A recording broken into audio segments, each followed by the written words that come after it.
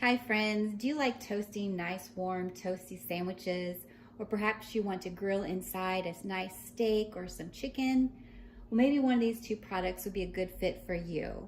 I have two different grills here. First I have the George Foreman grill, and then here I have the Panini / Griddler by Cuisinart.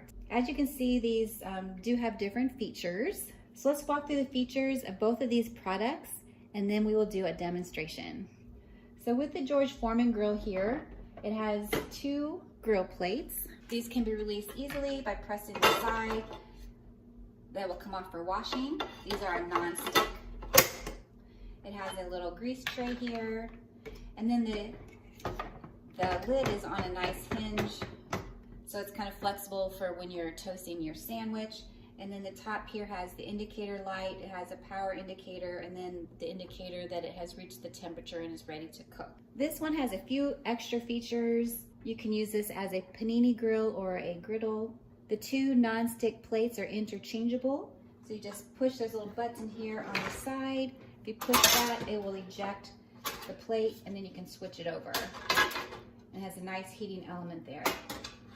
Snap it back in.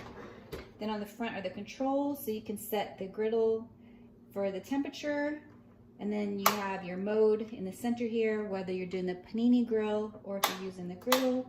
And then here you can select the level of toasting for your panini. Another neat feature, the lid is on a hinge, and you can also decide to use this as a full-size grill. If you bring this over, it has this little latch on the side, and then it can extend.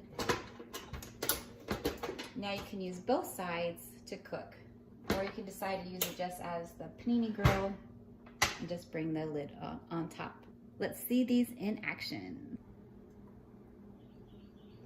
So with the Cuisinart one, go ahead and pivot your lid a little bit so it comes down flat, and then the George Foreman grill will just come down and just kind of bring that forward flat as well. Otherwise the sandwich will keep sliding on down.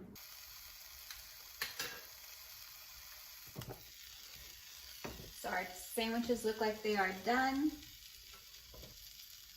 Nice and toasty. Hope this helps, friends.